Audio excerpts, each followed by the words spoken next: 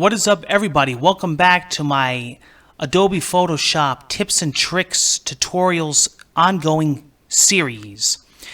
Today we are inside CC 2019, and this is a request that I've gotten a long time ago when I stopped doing the series, and I recently just started again. So I'm going to do that. I'm going to actually do a subscriber request tutorial. And it's on vignettes, and they said, Sean, we love how you always have vignettes in your pictures. What are your methods of doing a vignette in Photoshop?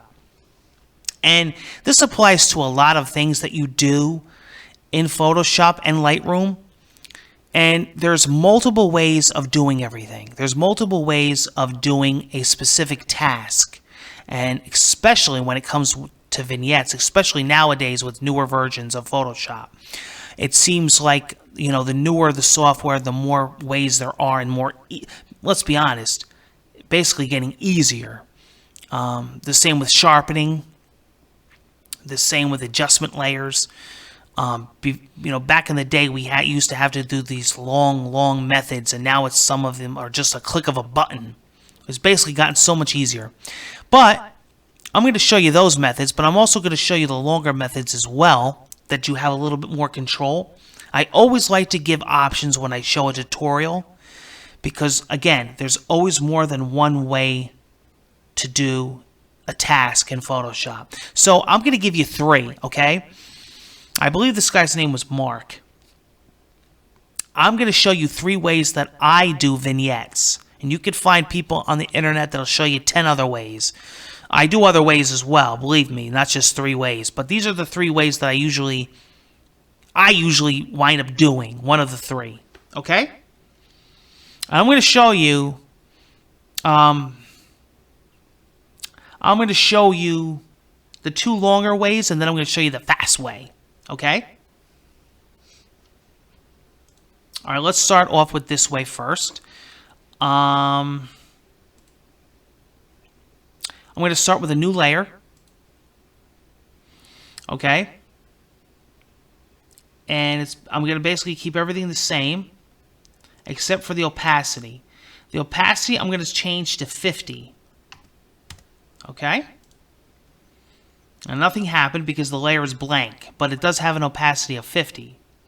And what I'm going to do is I'm going to get the paint bucket, and I'm going to fill this with black. Now remember, this has an opacity of 50, so it's not going to block the image out. And then what I'm going to do is I'm going to actually get an eraser tool with a soft brush, decent size brush, and quite soft.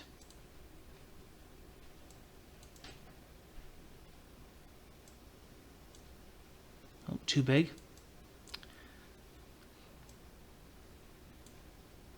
Okay.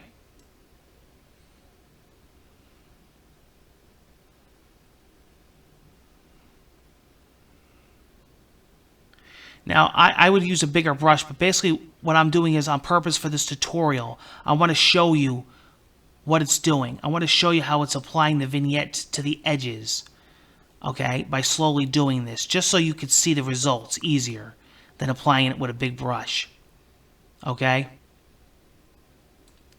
Now watch this. Now see how I have like a frame? If you look at the layer, you can see the black around the corners. That's what I wanted you guys to see. Now watch. Before and after. Before and after. And I would just go in there with a bigger brush to speed it up, but by doing it with a smaller brush, you're seeing the results a little bit easier on camera. Before and after. And you could go in there and you could adjust it. You could either subtract or you can add to it, depending on, here's the other thing. Everybody's different with their vignettes and how much of a vignette they like, how much they like to darken the edges. Some people like very subtle. Some people like to overdo it. It depends on the image, and it depends on your taste. Okay? There's the first method. Here's the second method. I'm going to take an ellipse, an oval shape, and I'm going to pretty much fill the image. I'm going to move it. Okay. Roughly. Doesn't have to be perfect. We got some options here. What I'm going to do is I'm going to pick this one. Okay. Then we're going to go here and we're going to actually up the feather.